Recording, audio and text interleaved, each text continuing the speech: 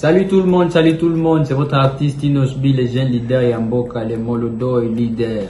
C'est juste pour vous recommander de vous abonner massivement sur la best chaîne YouTube, Gossip DRC News, #1 on YouTube, Gossip DRC. C'était pas important, la sœur Nangaï, Alam Namakambouana. Dans Cindy de Cœur, selon Pure Roger, il fallait pas en répondre. Toi, il fallait pas. Il y a beaucoup comme ici, Marambo. Donc, il y a beaucoup de a comme ici, Marambo la valeur. Il y a beaucoup de personnes maniquées. Va valeur, après tu vas péter la maison, manika commis. Au lieu de manika commis, tu as un journal télévisé par le bélion. Tu as un magazine, non, va l'inga, la banine, t'as la kilo, va le bélion. Va foncer, va le bâtir, c'est sans piquer. Ah bon? Oui, moi aussi, sans phrase là. Bah foncez, tout est donc à moi, qui se sent piqué. Après, ils arrivent. Il connaît l'affaire. Bien sûr, mon ination, on est dans des politiques à faire été. Faire n'est pas politique à été. Peut-être que ça n'a pas surprise, n'a pas de la race là où on a pas d'été. Mais on a pas faire à fond la vie d'un son. Et là, on sur la mot faire gagner, il veut pas y bien. Voilà, faire à shooter. Voilà faire à côté quartier là. Mon collègue a mariage il y a présent Kabila na maman livre. Bah ok Seigneur surtout et que bêta na oya kuna nani na et pas mon konzi.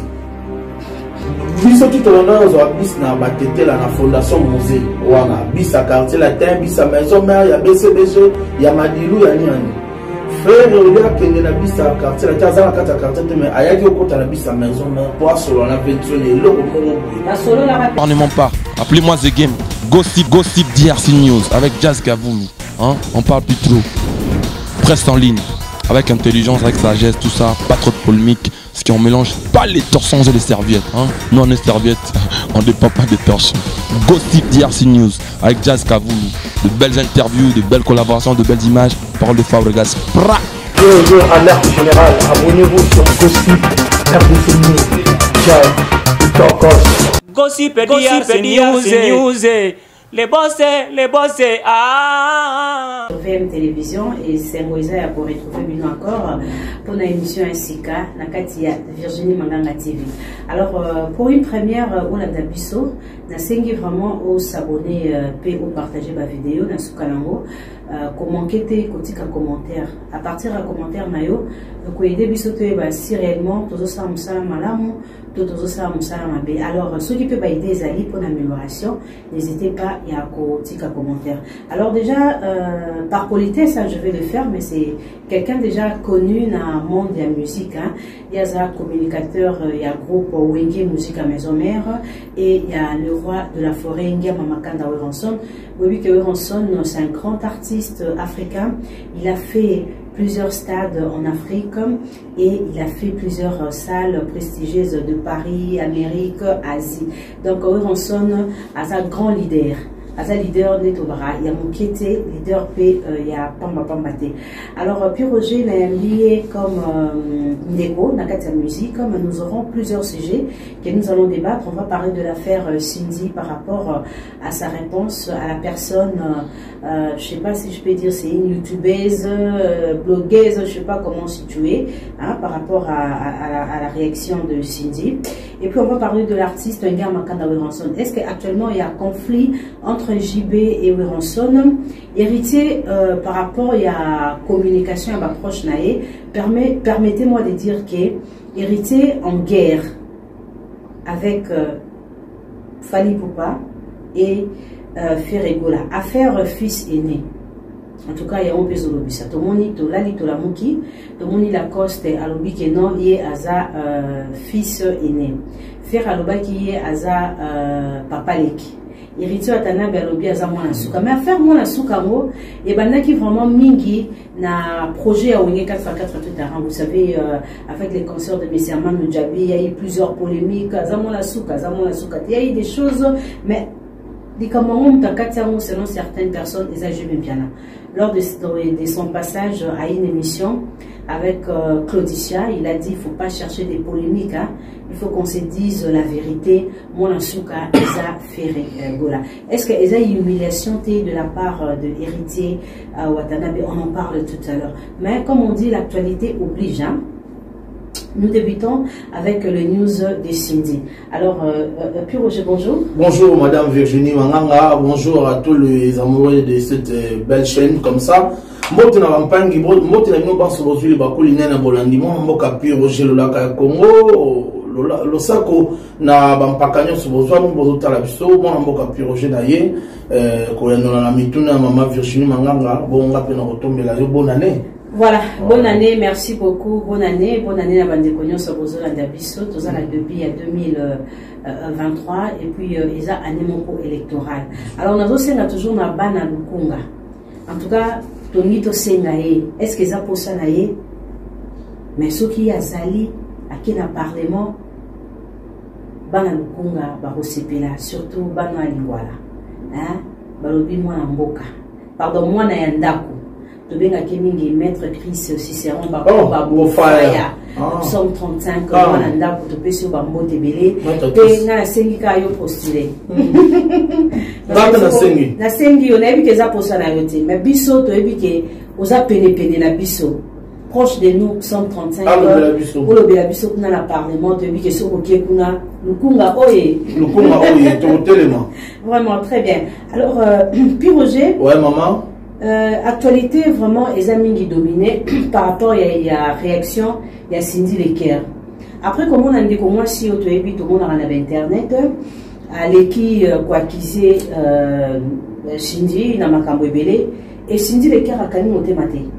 En tout cas pour la personnalité nae à lobby et divergence surtout des sons des cloches et Ali pour la Bakebela en disant que ce n'est pas important, ce n'était pas important que Cindy puisse réagir de la sorte et Kitisi et Batumsu Abino, c'était sa façon aussi pour sauver Oezali Bomoto, personnalité naïe, fierté naïe, côté ego naïe qui touché. Alors, Bino la Wignon musique à maison mère dans l'ensemble de vos juges en commun.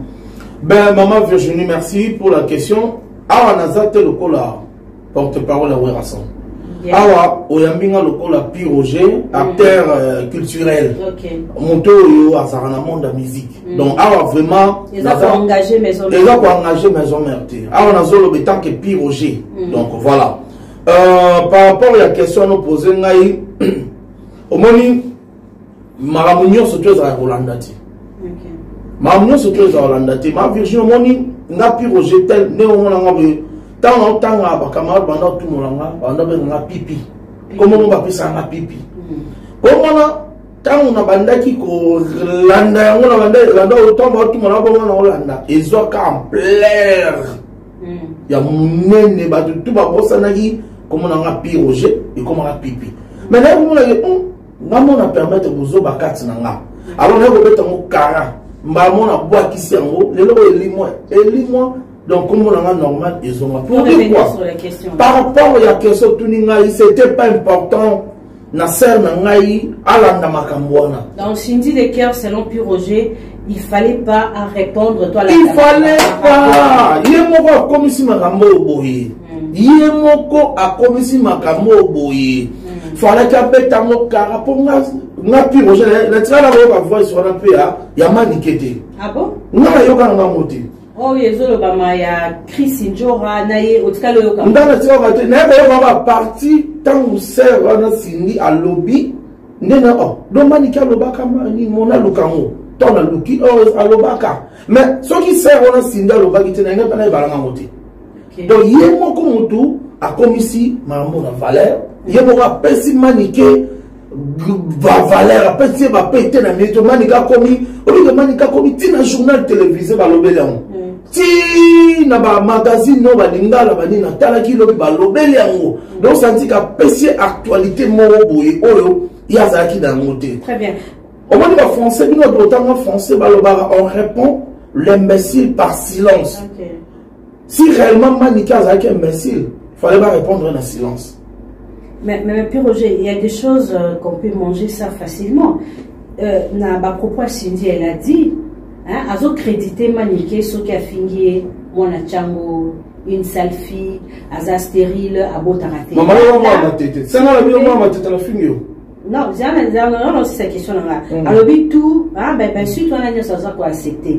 Mais là où Cindy a crédité Manikété, il y a un artiste, un abus sur un beau Fanny Poupa, va passer dans un rapport sexuel. Vraiment, c'est sa fierté, c'est sa dignité. Hein? Donc, bon, Cindy a-t-il qu'à la bouche bée? Bah, français, bah, le qui se sent piqué. Ah bon? Moi aussi, ça phrase là. Bah, français, tout est d'or qui se sent piqué. Bah, après, ils ont il connaît l'affaire. Donc, qui se sent piqué connaît l'affaire. Bah oui, bah, français, bah, bon. Puis, Roger, si je comprends bien, Cindy s'est senti piqué parce qu'il connaît cette affaire. Moi, j'ai dans le bon côté, mais dans un ardage français. Oh, bah, le bas, qui se sent piqué, il connaît l'affaire. Ceux qui s'aiment, à yébine, maramouana, te bah, le bilan. Donc, Azan, tant que tu as le bangoté, qu'on voit un côté, maman, yobi ba taxo ba taxa yo yo ser na ngale loter et so nga pele mo na pan côté mo ba virginia na kisi nganga munene na ba ngot virginia na ndumba abobota na boye asala na boye akena na boye akena yo ba ngoma ngata ke na yebi yo bongote le mo mo ne swenga mais le quoi na yebe za vérité te eleki na ngo ka wo pour habike balo ba momba ya sanga na mungala biso ba ngala to ba momba ya sa Mombaya seza nini, Mombaya seza kubambela mutu likamwa yebite. So oyini mutu. So oswana na mutu okulukaka kubambele ba mambo ya yebite pour que pese kanda mais soki mutu ana yebike za ngo ya solote a obeto kara. Alors pour yo personnellement le quoi Cindy a yebi que le raison la montée fallait garder calme. Il fallait garder calme. Justification na eza ko cacher le comment pour selon. Justification na à la musi biso. À la musi bino. À la musi batunyo surtout na mito yo donc et comme actualité batunyo surtout ce ko yo ba komi ko chango ka. Interpelle na komo na ba vidéo na moni ba vidéo akale komi ko bima ba photo akale komi ko bima. Oui, là pour une petite histoire, Sœur Nabiso Cindy, elle était choriste dans Studio Ndiaye. Avec JP Avec JP. Elle était choriste. Bissolette aux oeufs, ça va alerte générale, album mine tout ça dans Studio Ndiaye. Elle était là. Pour preuve, Sœur Nabiso Cindy, voilà un peu ça dans la Babylone à maison mère. Effectivement, permettez-moi, chers amis, pour confirmer ce que Pure Roger vient de dire, même Ngamoko, lors d'une émission avec Weranson, on a pointe noire, à l'oba, Azan a banzembo, on a le bimate, baïba na Cindy. Oui, Azan, bakora le mimbo, on a banzembo, si baga, bazo ganga, nezara, batu, babano, sans nous agissant, na Cindy, na meje 30. Mais Pure Roger, na robelo comment koboé olobi nao marambo lobi ana eza bien que Cindy Lecker elle était collaboratrice na studio avec Jupekis. C'est quand même une femme à respecter parce que elle a contribué beaucoup, elle a travaillé pour la musique congolaise. Au sein de la révélation moko très forte en disant que Cindy ayemba na banzembo ebele azo mériter respect la biso kozala na ina ba artiste wana avant intérêt quartier latin. Elle n'était pas à la portée de tous les artistes. C'était une collaboration professionnelle. Oui. Kolobate que Cindy Azaki wana le quoi zoemba là dans un studio batunir sur bazokaye. Non, moi je n'ai pas dit ça. Moi je dis que la sœur Nabiso Cindy Azape n'allait passer naïe avant d'engager le groupe Yazali. Azaki d'abord choriste dans studio Ndiaye. Donc ailleurs on a un artiste belé. À collaborer, quel que soit chrétien, quel que soit profane de Bolowaka, à collaborer un artiste belé. Belle voix na yona ezana kati ba nzembo pe belo to yoka lelo na ba nganda na ba feti voix na ezali omona parce que azali ko travailler na ba chorale ya ba artiste belé donc ba na travailler na studio Ndiaye. Moni maman Virginie Moutinho c'est toi za na droit ya nini valeur na yé personnalité na ezala toucher té mais eloko leki silence ezati ya n'a pas ça exemple quand yo mo to na plateau nini baloba te pona yo mais au moins ba finga yo tongo midi pour un moment la Virginie azo sa vidéo azo bina na azo sepela na ye donc na ba tongo ba finga ba mo ba comprendre te auto finga ka sa ye ou bien ça yeti tala à sert à l'homo université biso to doit compter parmi ba to université donc c'est comme une école primaire ça une université kara l'homo pona nini biso to doit compter na parmi Université Kara, tous les candidats le rôle yo. le rôle à Cindy, le rôle à les rois de la forêt Weraston, le rôle à maman Sidéji Mampata pour le second recteur de M. Ebier. Les raïs Izine. Il y a le secrétaire académique, il y a Izine à Kara. On comprend. Donc il fallait tout maintenir Kakango. Donc, Bafinga, Bakalominier, Baloba, Balemba, on est là. Kara toujours, Kara est un armement fatal. Silence est un armement. Même Bible déclare en regard de silence, moi je combattrai pour vous. Très bien, et puis Roger, alors après la sortie médiatique de Cindy, je dirais après cette communication, plusieurs personnes ont réagi. Ouais. Bamsou Balobi, j'ai à Kofi Olomide. Bamsou Balobi, parce qu'on a cité les noms de Fali. Oui, il faut que soit Cindy Makasi, qui est stérile. Pour Nayo, propos ya ndeko ya moi si nous souana, mais Cindy le Kea. Cindy n'a pas réagi na point. Est-ce qu'il a mal fait? Alors que non, on est touché et ça aux rapport sexuel na Fali. Alina réagir à tant de l'eau morté. Tant que ça n'a pas le quota. Sauf que ça réellement le quota, il fallait garder silence. On comprend? Alors, maman, Kabila va finir 18 ans, il est là, 21, 24, 20, combien va finir à Ikaka? Oh, on est dans un maman livre à moi, si n'a été, à Botola, maman livre pas, ce qui est major, moi, n'a pas Botal, Bossan, à moi, n'a été, à moi, n'a pas lenga, ce qui n'a pas, oh, à Rwandais, comment on a évolué, oh, boye. Tout le monde se parle de sanguinaire, à Bébissima, à poison, à Sali, Nyon se tourne, on dirait Zaraïté. Donc, Cindy devait se référer à toutes les femmes insultées dans les réseaux sociaux, au Bandalangaï, Maman Olive, Maman Olive, Maman Mida Chature. Donc, il y a beaucoup de femmes insultées dans les réseaux sociaux, au Bazara toujours bouche fermée. Silence, silence, c'est un armement fatal. Il ne faut pas couper ça à moutiller cette opportunité. Il ne faut pas, il fallait garder. On a une dignité, il y a honorable, honorable. Il fallait garder vraiment, regarde qui passe trop pourquoi lobby, pourquoi elle a parlé. Même si on a besoin d'un mot belle, pour faire autre chose, album en légende, qui ne marche pas selon certaines personnes, et puis Kofi qui cherche toujours à avoir de problèmes avec l'artiste Fali, c'est une très belle occasion pour Bazal encore en guerre. Mais moi, ma guerre, on est équipé ngati. Mais on a ma personnalité à mon tour. On comprend, on a honneur, il y a mon tour, fierté à mon tour. T'as le strato commun. Le ramoni garçon m'a boyé, à sa rappel à faire l'histoire, on t'a dit comment faire l'histoire mon fléri. Garçon à autres tenir le sanitaire, au final, nous autres, nos bassi, à nos pays ouvertement boyé. Ceux qui viennent à Bisso Rambo, aux apprenants ambassadeurs.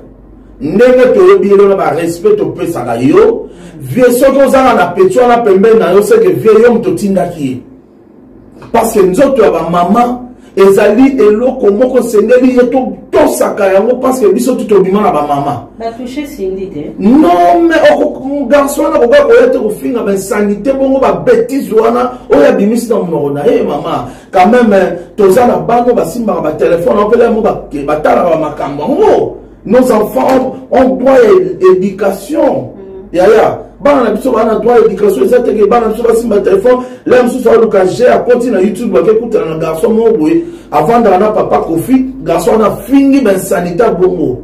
Après tu n'as papa qu'est-ce que c'est mais puis Roger soyons réaliste comme si Bablo retour est commis la défaveur il y a quartier la terre Kofi Cindy.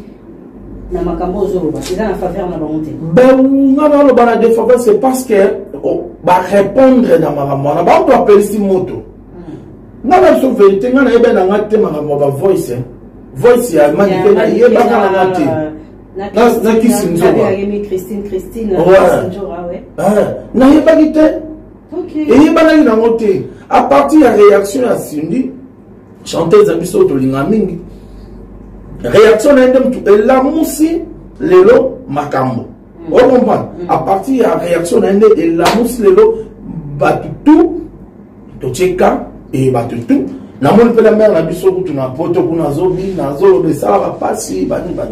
Non, il ne faut pas chercher à intégrer l'épouse légitime de l'artiste.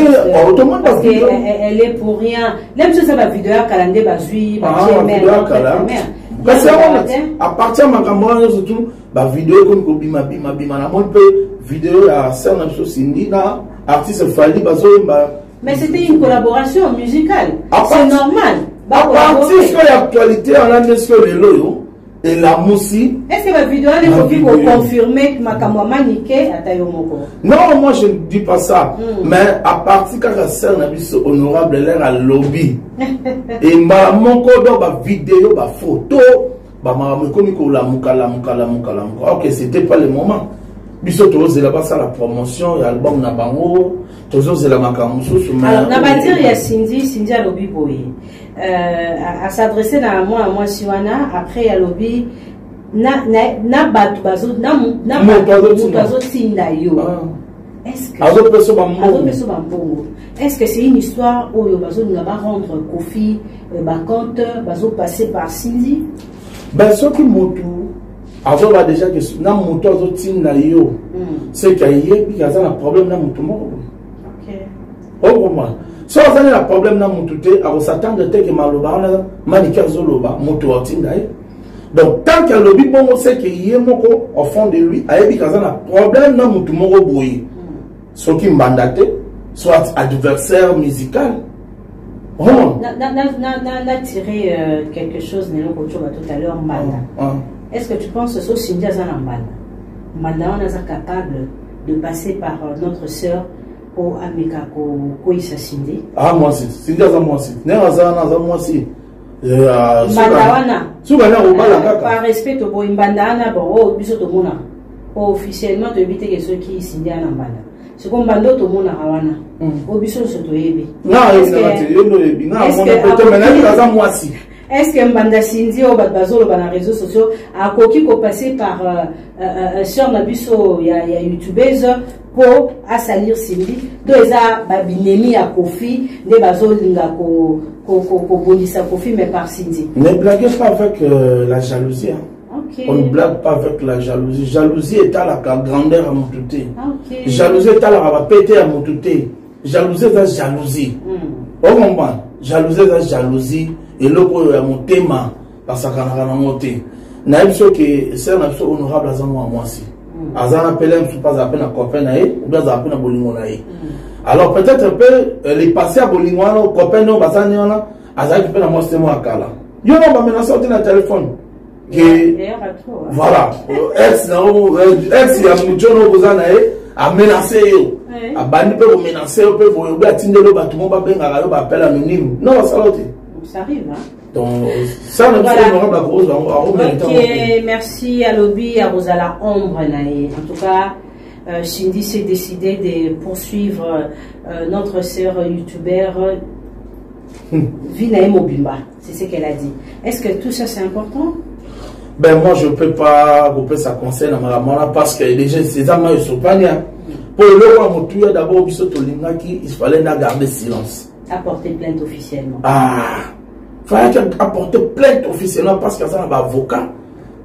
Justice, c'est ça pour la moutonnière. Justice, c'est ça pour la moutonnière se sentir lésé. Justice, c'est ça pour la moutonnière se sentir menacée. Personnalité n'a pas menacée. Valeur n'a pas menacée. À la justice. Mais il y a un moment où se faire justice. Très bien. Alors, affaire Ango, en tout cas, tout le monde a la part, pour les musiciens, on va travailler à Kofi, famille à Kofi, quand je dis famille à Kofi, il faut comprendre, travailler à Kofi au-dessus de Lisa Cindy, lui-même la personne de Kofi Remini. Par contre, Kofi a un album sur le marché, moi je dirais, où est important, les a tout consommé album légende, tout respecter Cindy Lecker par rapport à un parcours musical. Jusque-là, cette femme, on n'a jamais parlé de sa parcours musical. Non, ma chérie. Très riche. Le respect, on va respecter. Pardon, c'est mon intérêt. Avec plusieurs artistes. Le respect, on va respecter. Respect, Ezakayo Moko d'abord. Banda pour se respecter. C'est une erreur fatale au Cindy Sali de réagir par rapport, moi je dirais, au ragot. Parce qu'il n'y a pas de preuve tangible. Oui. Donc, ma preuve exacte est prouvé que Cindy Lecker, il m'aura répété. A sala yango pe mutongo pe a salaka yango te donc comment on a Cindy et ça comment on a famille c'est comme dit voilà comment c'est comme dit je sais que Maniké n'a pas touché dans la personnalité de Candy. Mais non, on n'est pas idiot, arrête. Ouais. Tu sais, bateau banakati à YouTube, des fois on a goberné biso. Baby qui sont attendu non, ça sera plus profond. Et na monde il y a basta. Aux gens on a besoin. Il y a autant à combat à monter. Est-ce que si on va le baby que non, on s'adresse à ensemble. Est-ce que les lots, est-ce que les lots seulement moi ça qui va nous gagner? Cindy.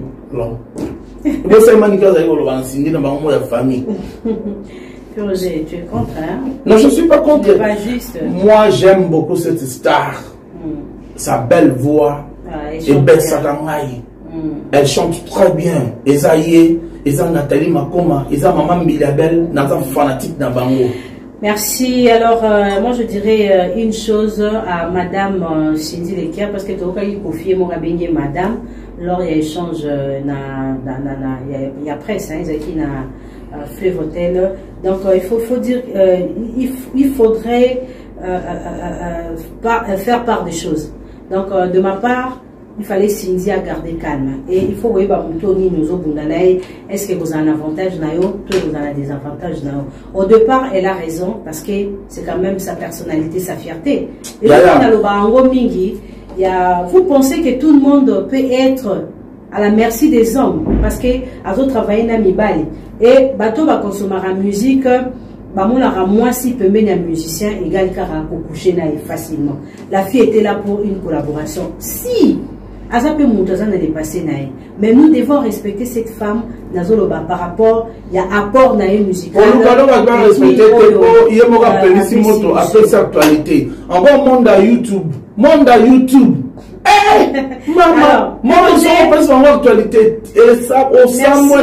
Merci pour Roger. Toqué na deuxième sujet na biso. Les alliés affaire fils aîné. Wenge tous on a confié l'émission Moraloba. Bata Wenge ba bata désordre. Effectivement ba bata désordre. Roger Wera JB baleka wa po batia Bibles boula kao balobi faire fils dernier fils. Après, vous avez hérité. Maintenant, la cause qui revient avec cette histoire, il y a fils aîné. Je ne sais pas. Qu'est-ce que Weronson cherche? Est-ce que Weronson y est mon auteur? Il y a séparation à artiste et aidé. Maintenant, quand on dit le dernier fils, premier fils, Eza Makamuni, il faut me le rappeler. Alors, il y a ce à Makamuni. N'est-ce pas l'accord, c'est ça, va bengue premier fils. Eza Azali premier fils, il y a Wenge aussi la maison mère. Ce qui fait le babé dernier fils. Azali dernier fils, il y a Wenge musique à 4x4 tout terrain. Fils aîné, il y a maison mère. Dernier fils, il y a Wenge 4x4. Héritier, c'est pas premier fils Wenge, du clan Wenge. Premier fils, pourquoi? Parce que la premier fils, on a Betty, stade des martyrs. Depuis Wenge, ça Wenge, Bimisi Bana, moi, dans les Bosso, il y a Wenge. On a Betty stade des martyrs à relever des défis, on a les héritiers. Pas de bateau, c'est qu'après héritier, à relever un Olympiade. Attends, c'est qui est, mais il y a Betty, au moins il y a Betty. Et bon, oh, Bino Bozo, c'est quand même. Bino d'abord Betty. Bon, Bino sort, on a Bino. Lui, il a osé. Il a la quisse de quoi il est capable. Na âge naïe, na âge à carrière naïe, 7 ans seulement la carrière solo, avec 2 albums, à salir publicité à 3 mois, au bas, tu vas salir là-haut, 6 ans. Bah, en présenté, ça montre qu'il est encore bébé. Parce que pour faire le stade de martyr, il faut appeler un muscle. Un artiste qui a 7 ans de carrière avec 2 albums, comment on tourne sa stade de martyr? Là, si le stade est là. Est-ce que Héritier tourne ce stade? Héritier tourne ce stade? Non, Bino Monaki, bah, image avant midi, l'heure, bah, tu vas au l'église. Parce que c'était les jours à Noël, Batoazo qui n'est pas fait, quand on s'abonne à la bango, n'est zalaka, les tabazons s'abonnent comme ça à un stade. Même Taïga a une image à 18h, 19h, au comprendre les cas dans le stade. Voilà, merci. Stade de Martyr et c'est l'équipe. Tout ça, la Stade de Martyr, il y a Ferregola, Papa Leki. Ah, bêta. Il y a Papa Leki. Aza la production le 24 juin dans le Stade de Martyr. Papa Leki. Et héritier le bien avec amour, modestie, vivacité. Donc, il faut mieux faire au lévis. C'est faire un problème dans la maison mère. Non, faire, il n'y a pas de problème dans la maison mère. Comme pour preuve, Mikolo, le roi de la Pharaon, tout ça, vocal, n'est surtout. pour honorer à Tchangona na page na officielle. Très bien. Alors tu ko l'accent musalo ya sala na maison mère. Banda vokana liboso ti asuka. Le roi de photo ça sélection na moto Tchangona Nikolo. Voilà. Alors autre il est très important en disant que Werenson a tout ça la sélection, il y a Vokoto, il y a Ferregola, à Tchangona page na de sa part, les autres il n'y a aucun problème. Mais comment est sorti médiatique, il y a Bill Clinton. Wazaki n'a qu'à projet dynastie Roger, ma réaction à comment Bill Mobo Jacques Yango? Est-ce qu'il était crédible de tenir des propos au point de Bill Azoluke la ferré? Problème, toi, tu as ferré, na Werenson, na division Mobo. En tout cas, relation à faire et na présent Werenson et talika à faire et na présent Werenson. Et tali Bill T, CLOT, il n'a problème à Bill et ça a été problème à dynastie. Bill avait un problème personnel avec Céléo. Au moment où Céléo a sali qu'on préparait à affronter le 29 octobre, concert n'a eu à Farafa, on a fallu, tout ma Bill question. Ceux qui ont soutenu Negono Céléo, alors que Céléo ça va aventure, ça va théâtre donc il avait minimisé Céléo. Céléo a eu quelqu'un pas bon mais on a monté ma Céléo a ngwaka. Moi la balbi ni panga bangwaka baza batumo ba bomba ma on a monté ma bomba ngo. Parce que Bill aza muluba baluba nga afana na bambaluba baza barankinete. Sera lobby. So muluba sa lobby qui si muluba loba mungala. Dans lobby ne a bosani. Alors Bill tanga loba maramwana a bosana nae. Na ba conférence de presse na salaka mambaloba abosana na ye so eko tombe na matanga ya mama chala mwana na pays du peuple c'est le atelemi azo solola bila yesikoyo sans kobo koyeba ki alobaka mabe pona Céléo ayesko ko pesa Céléo mbote. Alors c'est la bêta ceux qui 24, ceux qui 40. C'est le avait aussi raison, non? Ben oui, il avait raison parce qu'il était lésé par rapport à Badir. C'est le Tangaï. C'est quoi tout ça maintenant on a makamou ya Bill? Parce qu'on a un chité. Problème n'a pas besoin de wana. Il y a interview n'a pas basala qui wana. C'est quoi problème c'est que tant c'est le petit Bill 12 ans bêta qui il bosse ma caméra n'a mis sur bateau. Bill est souillé. C'est quoi Bill pas qu'on revenger. On l'a y la gare c'est le Bill soit moni que c'est le ndele kokate ayesko kolata mamba dynastie ozayi na autre innocent. Donc tu condamnes Bill Clinton? Ben oui, je condamne, il fallait pas problème de Céléo sur son Céléo. Mais à Kendaki plus loin en disant que Balingi Babouaka Werenson fait rien boy. Non, on est à prétexte kaka, peut-être à l'inga va faire la maison mais bazoyer moi malamu, banini. Non. Tant que ça qui m'a ramené on a bagi autour na werate. D'ailleurs la vidéo basalaka bana restaurant là c'est un restaurant faire Bill Céléo faire azo ça va on est to ya wato si ça toque directement ma campagne Bill azai ko boya Bill azai ko boya ma campagne on ezaki wa et bon na avant dans ma campagne père na bango faire alors que net aussi ça se toque tout doit ma campagne pas yemei Bill azai ko boya si vous voyez que Bill Sara faire moi be vidéo les gars yo sauf ya on zo mutawani o mona c'est le Bill la takale la maman Beverly faire ba outi ko lia boye na table o Bill ba ke faire ba notela bango ba mongo ba ni na ba ni faire habiter wana ma bino animation na ya kana mamba yemba bonde to lia bo set aussi si maman to que tout droit ma campagne pas yemei Bill la boye donc Bill peut-être a lukaka si pas ba na maison mère ba chaye mais non, c'est pas ça. C'est ça, bateau peut consommer la musique, va se poser la question. Tout le monde a faire ensemble était, mais je dirais Werenson est toujours présent parce qu'il n'a pas dit que faire la salle depuis son départ dans Wenge a dédié ça toujours Werenson. Bien sûr, mon innovation, on a pas de politique à faire été. Faire n'est pas politique à été. Peut-être que ça n'a surprise n'a pas de ça là où on a été. Mais on a fait à Fumola Venenzoni. Et là, il se l'a fait le gars, il veut pas y bien. Voilà, faire à chuter. Voilà, faire à côté quartier là. Ah bon? Mon collègue a mariage, il y a présent Kabila na mon livre. Bah, ok, Seigneur, surtout, et que bêta, na, oya puna, na, et pas mon konzi.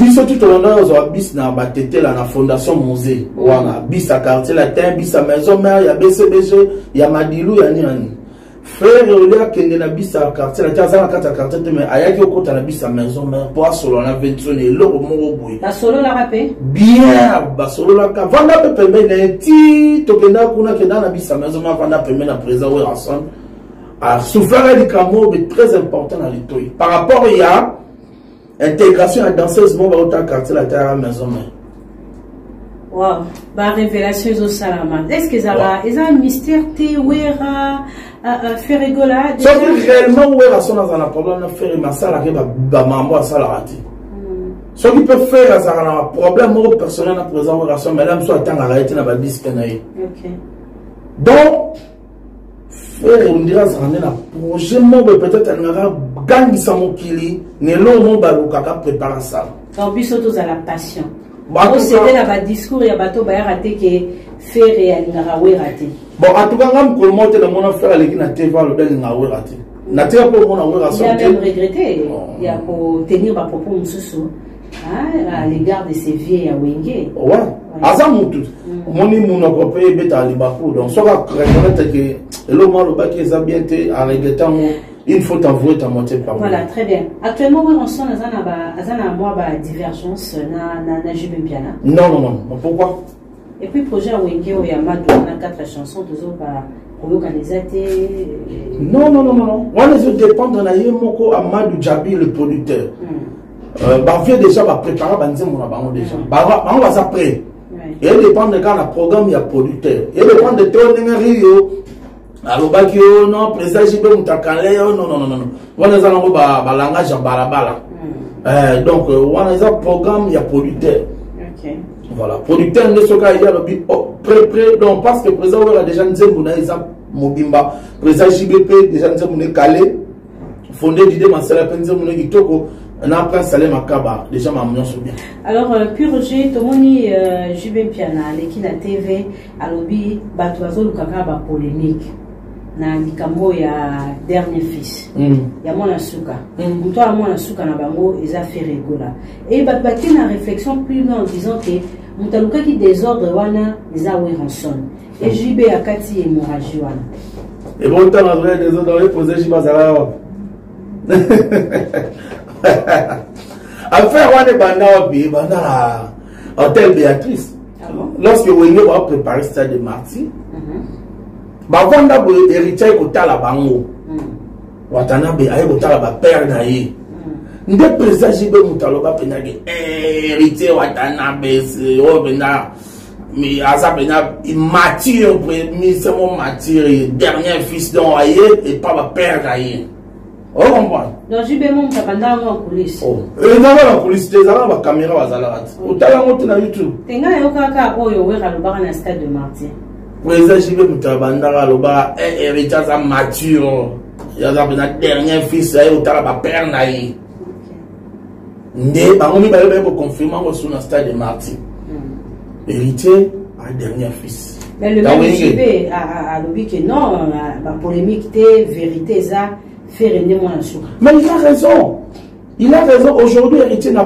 plus le niveau il y a un dernier fils héritier Mati héritier Kéli Kolo héritier le Lozali premier fils du grand Wenge qui a osé qui a joué le stade de Marty héritier on vous commissaire tout le monde a eu maison mère absent dans le stade de Marty oh maison mère et ça on a été maison mère a doté même le communicateur d'un pour héritier maison mère a travaillé sous coulisses kakol moutage à sala balance ya conseil héritier il n'a pas de moi l'héritier ça va porte pourri il y a un avocat l'union surtout à maison mère qui avait joué c'était Bikorino Makaba Wera yate pourquoi Wera a raté pour Mboule Betama pour réjouir comme un luxe non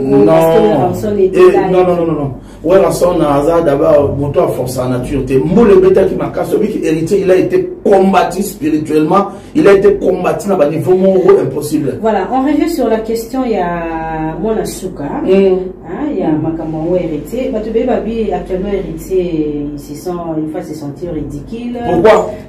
par rapport à la réponse, il y a JB. Non, président JB n'a pas tort. Président JB a constaté qu'aujourd'hui, Héritier n'a plus le niveau de la dernière fils.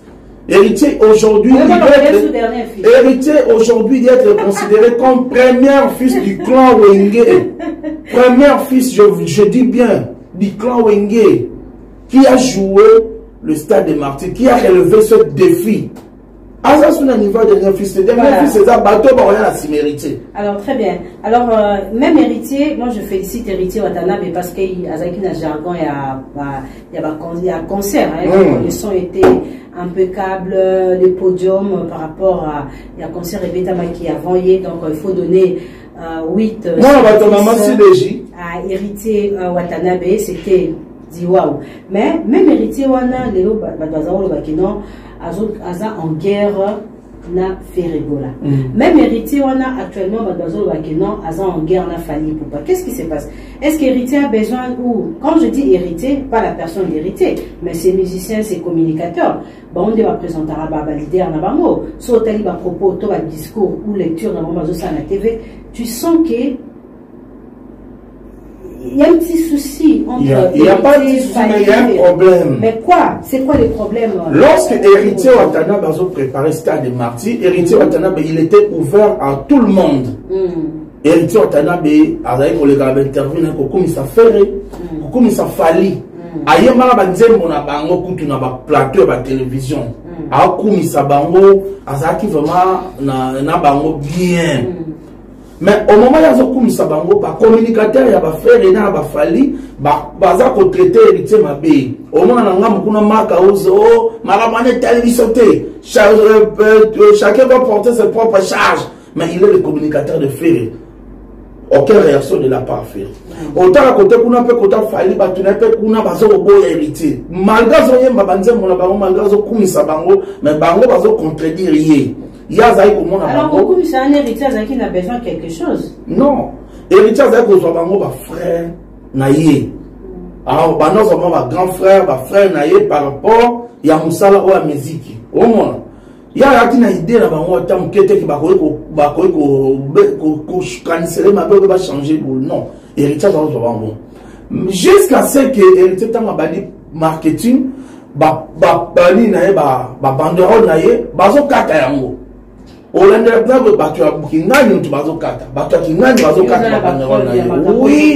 on a eu le preuve. Jusqu'à Ngamo Piro, j'ai été menacé dans Tchangou pour l'attaque pour le héritier. Je suis Yambaye dans l'aéroport dans Haute-Afrique du Sud. Moi, j'ai été menacé ouvertement par les Wario. Pourquoi on a dit pour l'offre héritier? Warrior, Baza Bato, combattant qui production y a. Macassi. Mais par contre, le discours il y a héritier à la personne de Fali, et ça qui bien, Bato B, Baza on a juste que héritier parler ou respecter plus Fali qui fait rigoler. Non, même faire héritier respecter tout le monde. Non. Héritier chantait même les chansons de Fer à la télé, on a tout fait. Mais comment l'équipe musicien, mon côté, a fait rien les canaux TV, a manqué respect à l'héritier, Marc Aouz avait dit chacun propriétaire ses propres charges. Mais sa charge n'a été pas. Lorsque sa patron il est en bon terme avec votre patron. Tout une question. En tout cas, bonne chance, c'est la musique. Mais il y a non, chacun propriétaire sa propre charge. On a dit que malgré donc si actuellement il y a des accords entre héritier Fali Ferré, allez-y comprendre. C'est par rapport à leur communicateur. Voilà, bateau va communiquer qui m'a bé pour na héritier na concert na à Stade de Martyrs. Pour mon émission net communicable pour affecter ta direct public. Public va la position na biso puis Roger le baneli puis Roger soaza elle au public et l'année elle wana. Mais c'est avant que puis Roger tenga meli elle ba peut ba tenga. Moi je ne condamne pas les Wario, moi je ne condamne pas les Gaulois. Bango balanda communicateur. Puis Roger boza la sincère. On va poser la sincère parce que tu fais partie de personnes on va soutenir qui hérité. Bino Bolinga qui c'est des artistes va lancer message moi ya soutien. Peut-être la salle qui a monté. Non, pas seulement ça. Mais biso to linga qui mia galeza. Pour la bonne marche à musique na biso. Qui meza moni le faire pas au bétat. Il a droit aussi il y a soutien à Bisso. Il a le droit. Parce qu'il est du clan Wingé. Il est de nos sangs. Maintenant, il a Bisso Wingé. Donc, les gens ne font pas bêta. Alors, tu peux pas ça. C'est un peu mabé. Comment tu as mabé? Il faut que le maman là, on peut pas l'entendre. Là, pas besoin de le leader d'opinion. Mais on peut se le battre.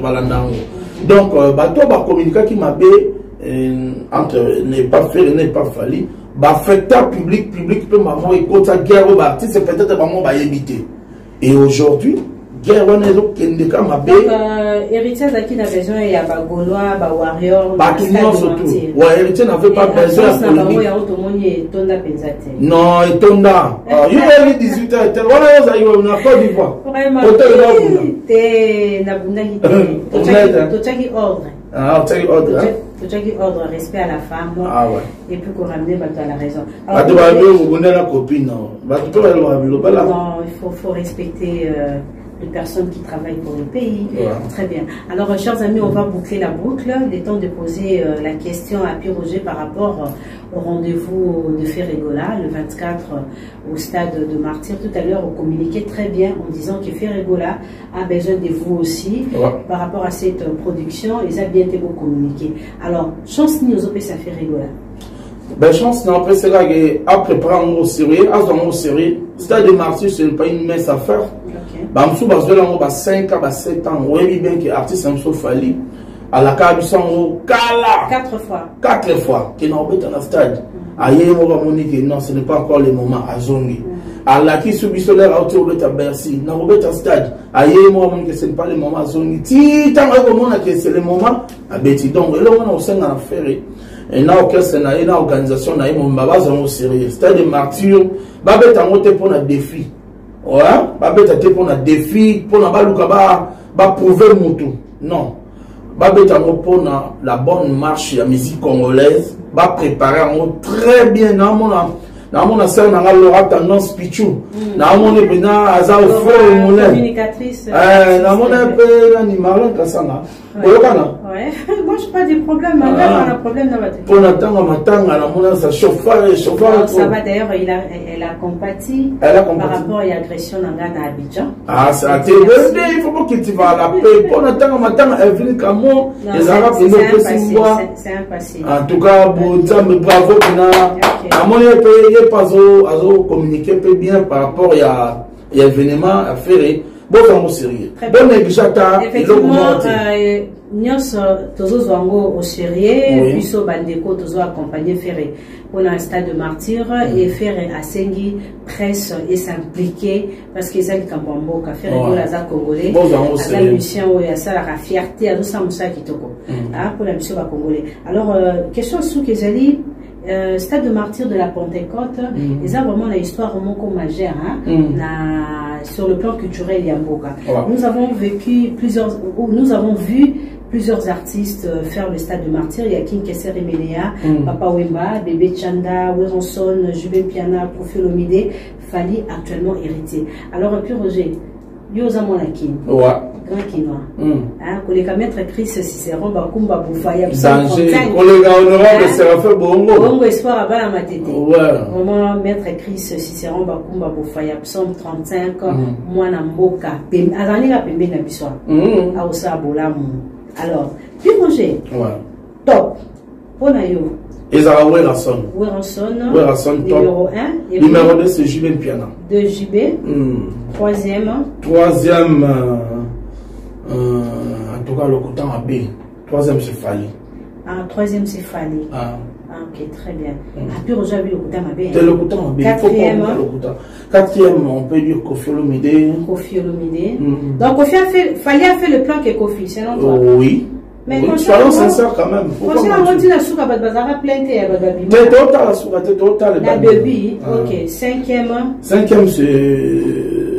Cinquième, tous la Kester, tous la Papa Wemba. Papa Wemba. Kester, attention à Kester. Quel concert à Kester et on a sixième, Papa Wemba. Après Bébé Chanda. Bébé Chanda, n'a souvent hérité. Ouais. Héritier, ça l'échec à stade de Martyr. Non, ça l'échec.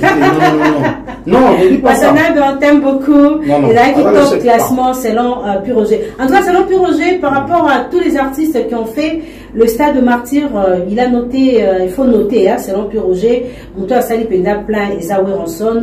Deuxième, Eza Jubin Piana. Troisième, Eza Fali, selon Pierre Roger. Quatrième, Eza Kofi Olomide. Cinquième, Eza Kester.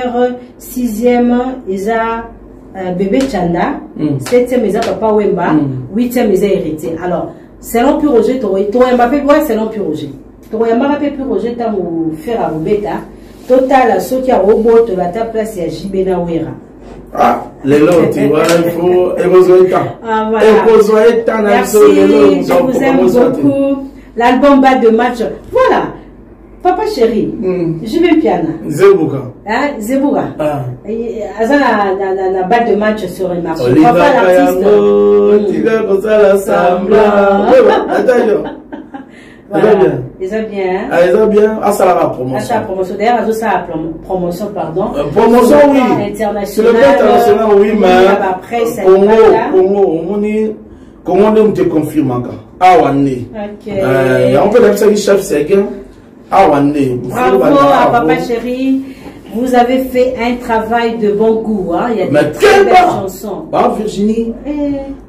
Encore, ils sont qui a fait le monde encore. On évite sur la Nzala. Topi Azana Kanda. Atigela Ribino 2022. Mais 2023, oui, la son le roi d'Afora, Zoé, la biso, Morote. Album de Morote, et Zoya. Album moi 10 titres, ils ont ba rumba, ils ont ba rythme mignon surtout, ils ont ba world, ils ont blague. Tenga mon azali na studio na yoki, le roi d'Afora Zoya Makas. Morote Zoya, ils ont la année où. Donc, comme on va joindre Morote Zobima. Bino tout bon, on va plan en studio. L'air en bon bimis na bino. Pour Morote, on a l'air Zoya, le roi d'Afora Zoya blague. T'as que ça studio en États-Unis. Les États-Unis. Avant les États-Unis, na minute accueilli d'abord repos avant dans la bana après ce qu'on a porté à studio à Morote à banayo dans la kini siko accueilli na mokuna pour ingénieur mamobele belé et ya dans le roi de la forêt Zoya ma belle album Morote vous allez comprendre la réalité quand le terrain Zoya ouais la son le roi de la forêt calamité bozo Morote na boyo kanenga ba yembi batu Baïmi va mettre Hugues Pouloussi et K, tout est possible. Baïmi va te voir, Théo Zambota, moto à dollar et l'anati. Baïmi va te voir, M22 business, Fisto Ituku, Bruno Lubi Kambonga propre, Y'a Gauthier Mascotte, président Foule Luki sous la Chine. Baby Sugar, bébé. Salut tout le monde, c'est votre artiste Inosbi, les jeunes leaders Yamboka, les Molodo et leaders. C'est juste pour vous recommander de vous abonner massivement sur la best chaîne YouTube, Gossip DRC News, #1 on YouTube, Gossip DRC.